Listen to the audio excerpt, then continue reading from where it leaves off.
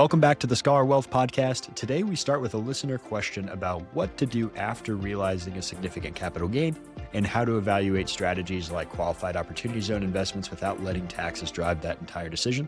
Then, a closely held business owner thinking about transferring future growth to the next generation and when an IDGT can be a useful tool and when it can add unnecessary complexity. We'll also figure out what IDGT stands for.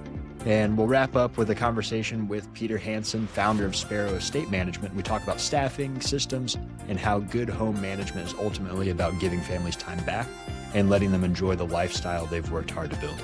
So let's go ahead and jump in with question 1. I just sold a minority stake in a private business and realized about $2.3 million in long-term capital gains. I don't need the cash right away, but I also don't want to lock it all up because I'm afraid of taxes. What about a qualified opportunity zone fund to defer taxes and potentially reduce them for the long term? So when we jump into these ideas of qualified opportunity zone funds, anytime I hear the word fund, I get a little nervous. And the reason for that is, especially when it's a fund tied to taxes, because it's really easy for us to jump in and look at tax incentives that are out there and just hope for a fund that can do that. So we know that on a really macro view about this whole process, we have to look and make sure the fund has all the right characteristics we're looking for: good management, a good history, a good thesis for how they are the person or fund to use for this type of investment. Or else you end up with a fund that somebody's just finding a qualified opportunity zone somewhere near them.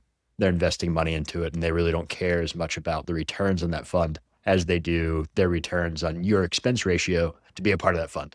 So we have to be careful of that anyways. But if we take a step back and look at them, what are we actually investing in? Then that's really where I think most of our time should be spent. And it really comes down to the concept of how taxes are used with investment. Taxes can be used to incentivize or disincentivize activity. So if you want people to stop smoking cigarettes, you throw a big tax on them. If you want people to start investing in low-income areas in their community, you throw a tax incentive on it. And that's exactly where the qualified opportunity zones started to come in 2017 with the Tax Cuts and Jobs Act. The thought was, how do we get investors investing in low-income areas? So they use census data, then classified areas as opportunity zones, and then said, you know what, if you go invest in this area, we'll let you take any gains that you have from selling something.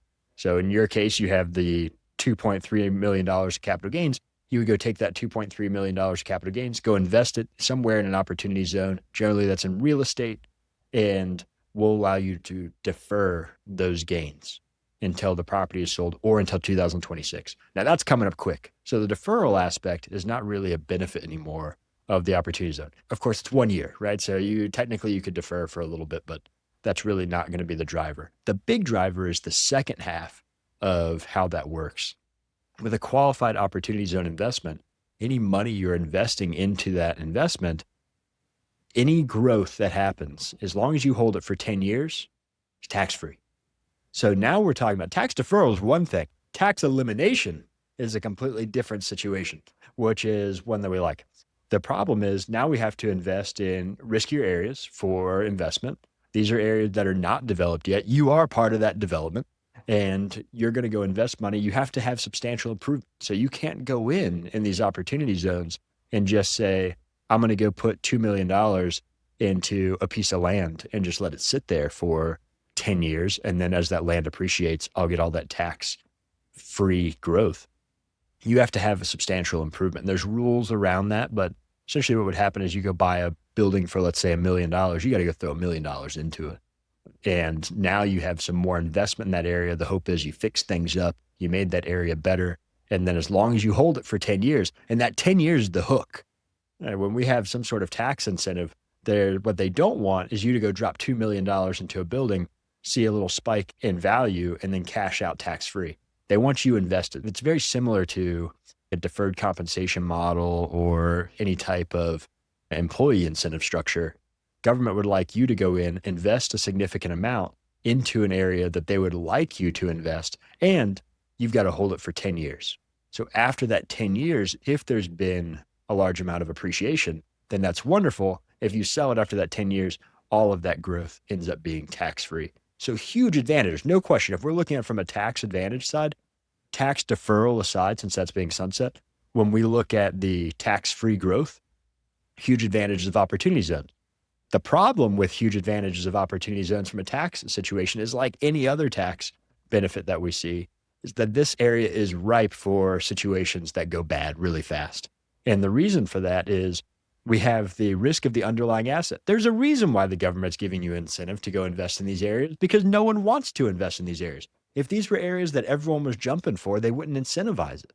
These are areas that you're going to have problems. If you're renting it out, it's going to be hard to get tenants. You're going to have to give probably incentives of your own to get people to move in.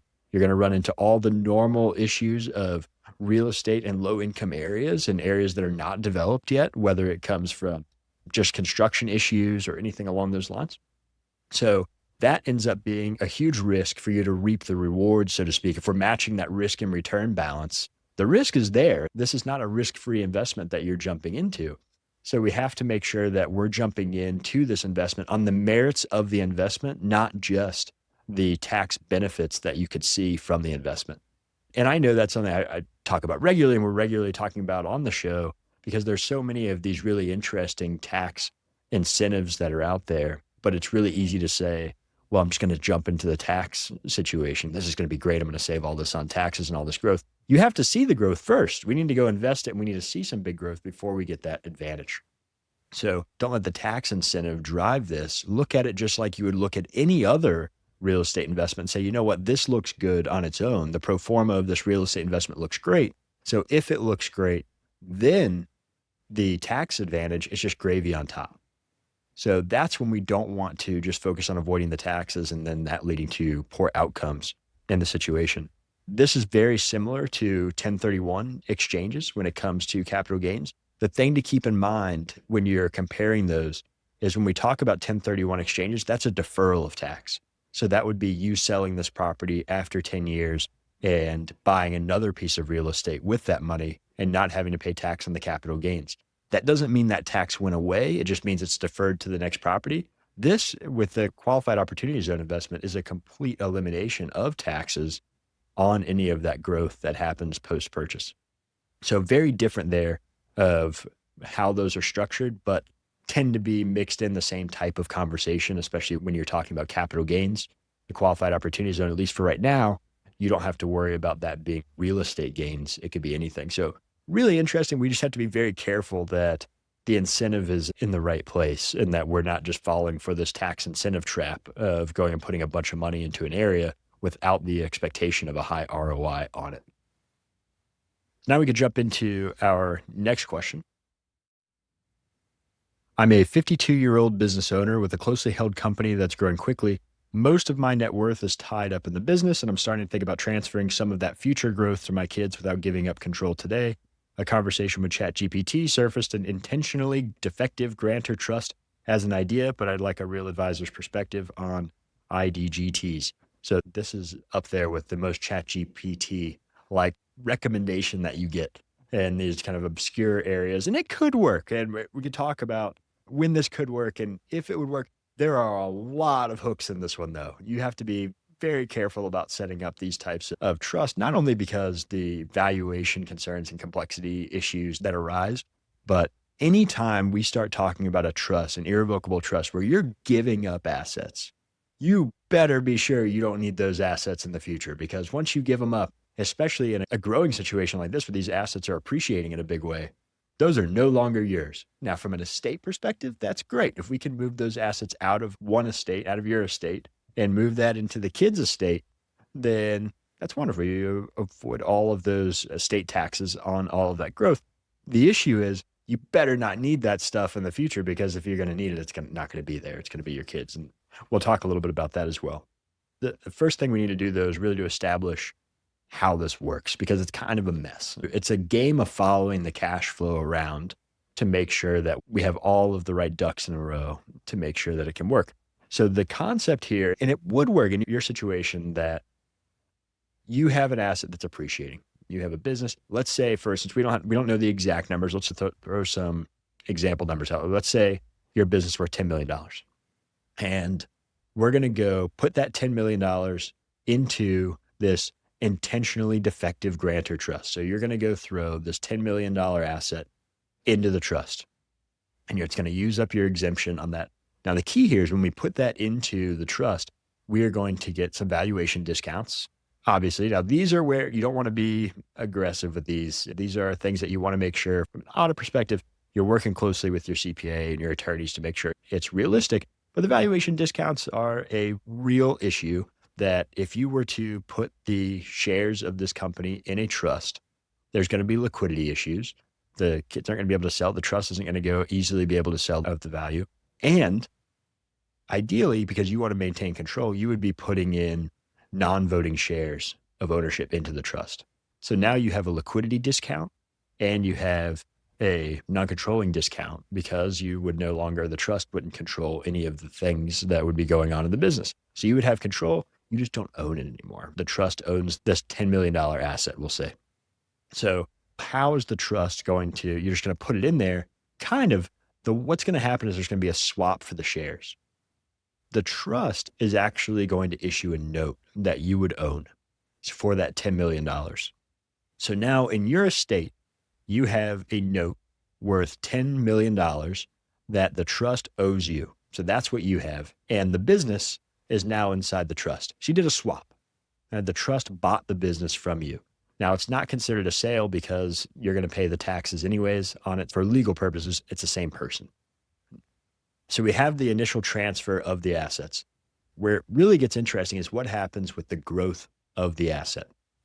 Let's say this business now grows as you're expecting significantly, and it goes from $10 million to $50 million in value. That $40 million of growth has now happened within the trust. So you have given up all of that growth. That is for the kids now, which sounds great. There's some catches to that. You still have a note though, that's worth $10 million. So the trust has to pay you for that $10 million. So every year the trust would be giving you cash flow to pay back the note for that $10 million. And that would be at the applicable federal rate or the AFR. So that's the minimum rate that you're able to charge to be in the good graces of the government of saying this is a fair rate. So let's say for ease that that's 5%. What you're giving up is this business now has two things it's got to do. It's got to continue growing, but it also has to pay the note to you every single year at 5% interest. So as long as you're okay giving up all of that growth and letting the heirs have all the growth, and you are essentially swapping unlimited growth to the heirs for that 5% AFR every single year, then this could work out really well.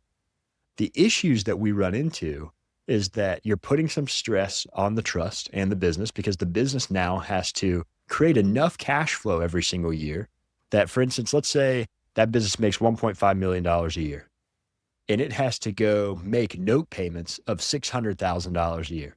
That leaves $900,000 of income that trust now has to use, and you still pay the tax on it. Now you say, that sounds horrible, Stephan. What are you talking about? I just gave up the business. I now have the businesses over there struggling to pay the note payment back to me. I'm only getting the note, and you're telling me that I have to go pay the tax on the $900,000 of income as well. Absolutely. And the reason why that would be the case is because that would allow you to pay the taxes in lieu of the trust paying the taxes, which means that $900,000 that's in the trust continues to grow for the heirs. So this is one where you're really trying to do two things. You're trying to avoid all of the growth from being in your estate and inside the trust, one. But by you paying the taxes, that's another tax-free gift every year. So this is a situation where you want to make sure that you were okay spending-wise to not need that $1.5 million of income that business is throwing off. You're okay with only taking $600,000 of that as the note. And you have enough cash hanging around that you're also able to pay the taxes on the $900,000 every single year, which is also helping you reduce the size of your estate. So these IDGT scenarios are really good if you have these really large appreciating assets and you have enough assets outside of this one appreciating asset to be able to pay the taxes in perpetuity. So that way you have all that growth truly being inside the trust for the heirs. The big question that comes up, and another way to think about this though, is that sounds great until it doesn't go great. If everything works in the scenario I just gave, where your business is growing at 20, 50, 100% a year, and this thing is just going through the roof, then you are completely fine having this $10 million note where the trust is having to pay you 5% interest. Who cares? It's grown so much, 5% interest is nothing. You start to run into issues when the trust can't pay. The business doesn't grow as fast as you wanted to. So now it's stuck paying a note at 5% interest or whatever the AFR is at that time. That's one issue. The other issue is, what if you start running out of liquidity and you can't live on the $600,000 that's being pushed out from the business every single year? That becomes a problem, because once you set this up, it is extremely difficult for you to unwind these types of scenarios. There are some ways that you can go in and have substitutions of assets. So this would have to be written into the trust and you talk to your attorney about it and everything, but you would have the ability possibly to say, well, now the trust has all this cash because it's making that $900,000 every year and it's hanging out inside the trust.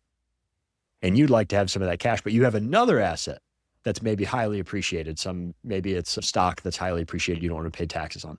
It's possible that you could substitute some assets for other assets. So you could swap in some of your assets that you have personally into the trust and pull out some of those more liquid assets. That's where things start getting really complex with these types of trusts, is once it's set up, you are absolutely adding complexity and ongoing administrative requirements and just cash flow tracking to make sure that you have the cash flow to not only live without the appreciating asset, but also to pay the taxes on the income of that appreciating asset within the trust, which you could easily imagine that being problematic if it grows to a significant level where the income gets higher and higher and you're having to pay the tax on it every single year. So we want to be careful before setting these up. You need to start taking things into consideration like, do you have the assets to be able to pay for your own expenses at this point? And if that's the case, do you have the assets to pay for the taxes on the growth as well? Because if you're wanting to still maintain control, I imagine you're still going to be active in the running of the business, not only from the ownership perspective. So there's a lot of considerations that start to collide. This is a classic situation where it seems really good on the onset. When you look at it the first time, it's like, this sounds great. This is exactly what I'm looking for. And then you start digging deeper into these what if scenarios. It's like, well, I don't know. What if the business grows from $10 million to $100 million and is making $10 to $20 million a year? And now you're stuck with the taxes. Is that going to be okay? Can that be written into the contract in a good way? What happens when that valuation discount is tested? And how does that all come into play? And can you live on the note? How is that note structured? Should we have a situation where that note is an interest-only note? So that way it puts less stress on the business. That could work out great, but that means that if it's less stress on the business, that means on this hand, you're going to be receiving less cash flow from the trust in payment of the note. So we want to make sure all of these things are in alignment. When you're thinking about this, and I'm a fan of AI, we can pull together all the ChatGPT stuff, but this is a perfect example of, on a quick search, something like this will show up. But in reality, we have to really pull a lot of different things together to make sure this makes a lot of sense. And it's not just an advisor perspective that you're looking for. You would really need some coordination between your tax team, legal team, and your financial advisor to make sure that all of this is pulled together and coordinated in the right way. If these scenarios sound like you, that's exactly the kind of planning work we do every day at Scholar Advising. Visit scholaradvising.com to see how we help families bring clarity to complex financial decisions. And for today's From the Field segment, we explore how staffing, documentation, and proactive systems help homes run smoothly, especially for families managing multiple residences. Today, we're joined by Peter Hansen, founder of Sparrow Estate Management, a firm that helps families run their estates with the same precision and service you'd expect from a five-star hotel.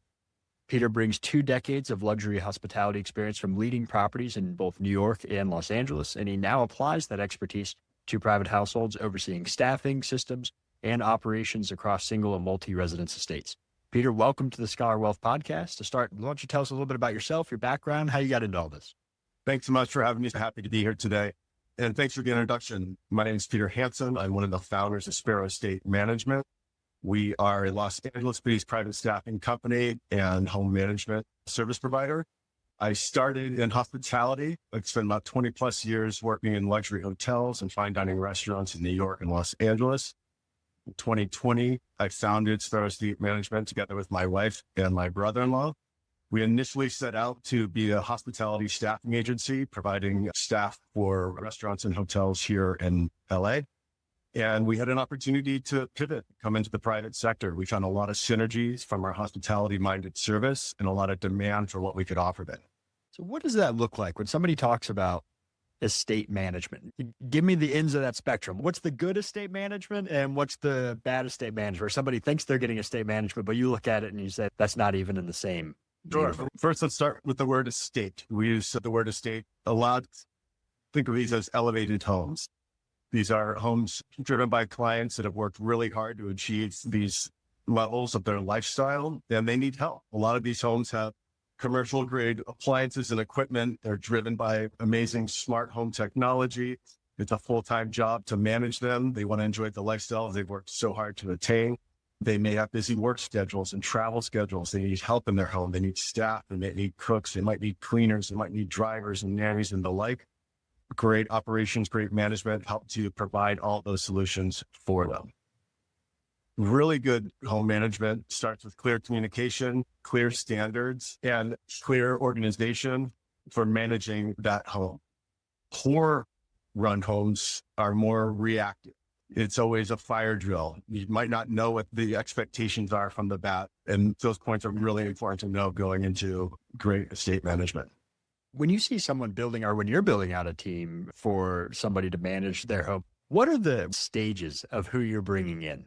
Like, this typically the first position that you're filling, second position, and so forth. Because you just mentioned a lot of different things. I was just at a car dealership recently going in. They told us most of the time spent on updating software on the cars as opposed to fixing anything. And when you start mentioning smart home systems and security systems and everything, that seems more like a tech job than a gardener type position. Sure. I think many people in these estates have very strong relationships with their IT department, right? Or AV providers. We find a lot of times that the goal at the end of the day for our clients is we don't want them to have to try to figure out how to live in their home or operate their home. So you want to make that experience for them just as smooth as possible. When it comes to staffing homes, typically we're starting with housekeeping staff. That is always a huge demand. Culinary staff is always a huge demand. And then it can go on from there depending on the support that clients need. There's a tremendous demand in nannies, companion care, personal assistants, and the like. And then when it comes to maintenance, typically as an estate manager, we work really closely with vetted vendors who are very close to us in helping to make sure that the maintenance for all the systems is very proactive, it's routine, it's familiar, it's on a calendar. And we keep those vendors very close to chest so that we can execute issues to be resolved so it really doesn't affect the client's lifestyle. What does that look like then? If someone's looking at the overall financial impact of this, whether it's compensation expectations, how do you think about long-term budgeting and just how to invest in that order of staffing to be proactive? As you said, you don't want to know that you need somebody the day you need them. You'd ideally have that already in place. For sure. And I think there's a couple of things to think about on the staffing side, whether a house chooses to self-employ or use an agency like ours, who's very involved in the long-term management and HR and associated responsibility of being the employer. There's a lot of things to think about, right? If I bring somebody on and I'm directly employing them as a homeowner, I've got to get comfortable with wearing my HR hat in my house, right? So these are all things to think about in the investment. Do I have enough people? Is the schedule that meets my lifestyle too demanding that it might burn out the limited staff that I have resources for?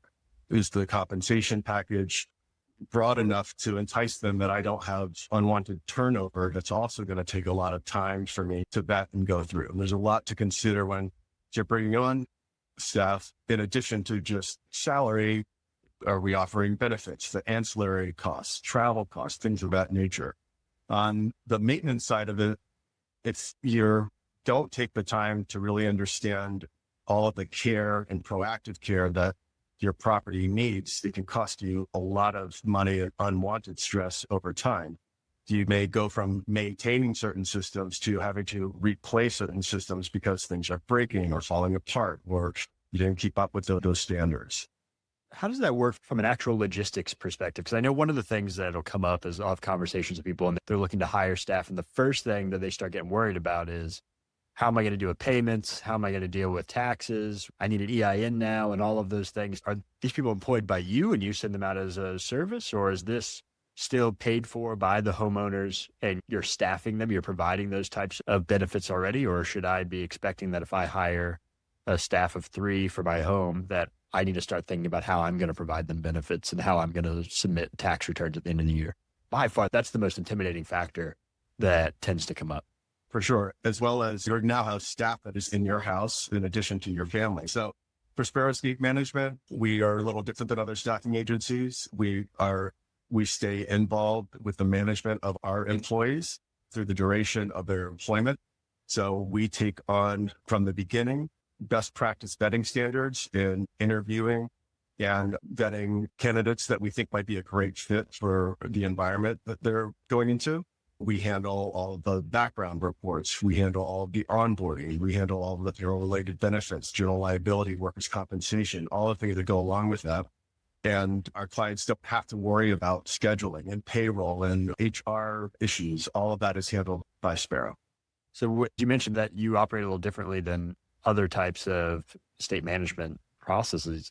What are the gaps that you look for? So if somebody comes in and they're talking to you, they're talking through expectations and everything, what are the common gaps that you see, whether it's somebody who already has a program in place or they don't have anything that you think from your experience, like the low hanging fruit?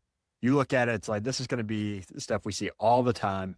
I'm going to show you like A, B, and C. Sure. We talk about time a lot in our company and giving time back to our client. And I think that's something that our clients start to instantly feel in like the first couple months working with us, that feeling of, oh my gosh, how did I do this without you before? There's a lot of time that it takes to be a great employer, to ensure you've got a great culture and community. There's a lot of time that it takes to manage a property. And if you have great systems and really good processes, you can clean those areas up. You also get real minded in not seeing problems as problems, but let's get creative with these solutions here. And a lot of that can be handled just by really great planning and organization. One of our big goals is learning about our clients' behaviors, learning about their vacation schedules. When do we have great access to the property to take care of all of the big things that need to happen that will not impact their day-to-day when they're home? Like when you get a service call from any vendor that you might have in your own house, it's like, your window of service is 8 a.m. to 2 p.m. It's wow, that is a lot of time that I've got to be home. Sparrow takes care of all that for you, right? And we can stack the 1 week to go away for Christmas break or summer break or spring break. We can stack all the vendors to handle all the big annual maintenance that we need to do, the deep clean, house cleanings, exterminator, you name it, plumbing, HVAC, so that when you come back, everything is running and you're not impacted. So then does that make it easier when someone has multiple residences? Because you're kind of shifting from one place to another, or because they might be used at the same time for different members of the family? Does it just become more of a scheduling exercise? I think you've got to get really comfortable in this space, not to get committed to a set schedule.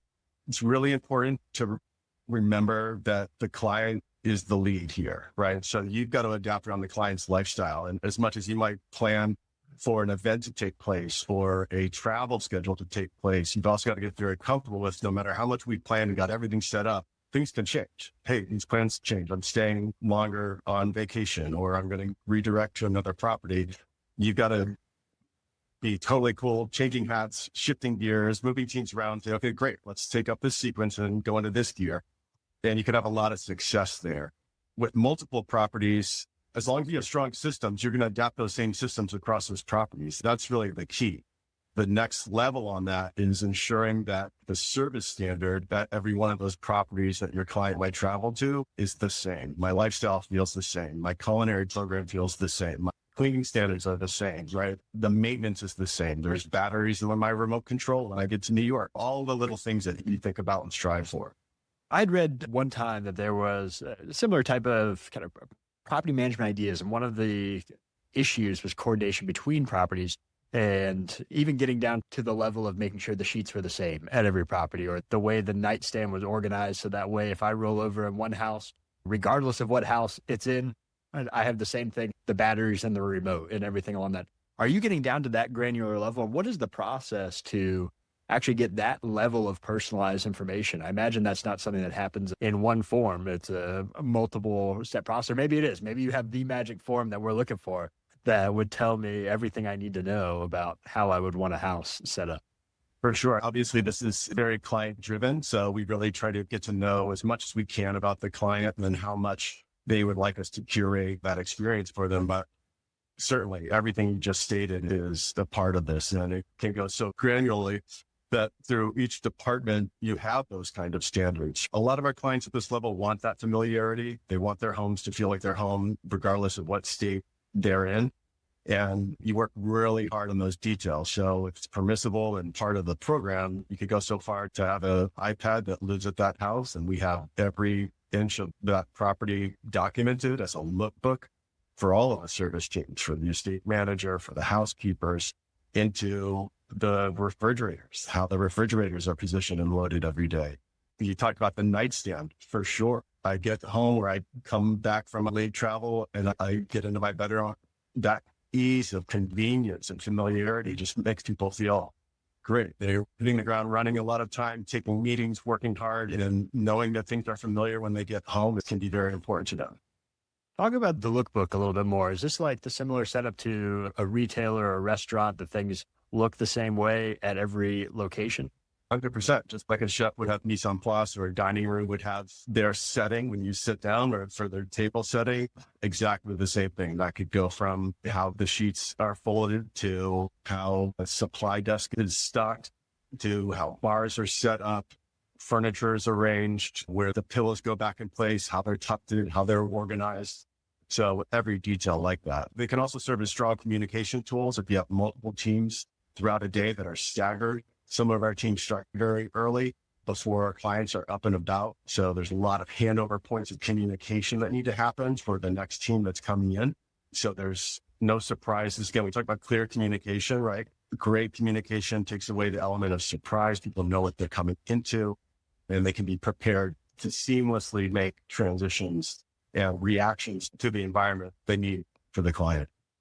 When you have all this pulled together and you have this similar to the hub that you're pulling in, all of these pieces are all working together and staffing. How does that work from an actual compensation perspective? And then this could be Sparrow or just in general. If someone's looking at this, listening to it, and says, dang, this sounds fantastic. Like sign me up. What should they be looking for? Is it a cost of staff plus a certain amount for almost like a management fee, like you would see as if I had a rental property and I hired a manager, just a different type of management that they're doing? Or is it a flat fee? Like, what are the structures in the industry now? Or on the management side, a lot of companies will deal with either some sort of monthly retainers or management fees, like you stated. Some of those retainers can be based on a number of hours to the property. We see a growing trend in like fractional property management, where maybe a private estate isn't at the point where they need a dedicated full-time manager, but they want access to a part-time manager, or it's full-time when I'm on vacation, right? And I can get all this big maintenance done. Maybe that's excess hours in addition to the retainer hours. Most of them are working on that side. On the staffing side, those models can be very different. Recruiters work on fees that are typically associated with the annual earnings of an employee. Staffing agencies, similar.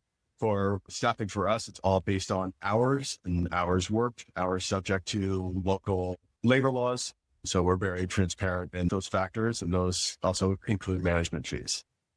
And when you're looking at all of this, obviously the confidentiality is a major factor. Confidentiality, culture fit, making sure that somebody coming, because as you said, it's not just a payment perspective. Somebody's showing up to your house now and you have other people around you. How do you do that from I guess with the HR hacks, we've been talking a lot about the financial hat. How do you make sure that you're bringing in the right people?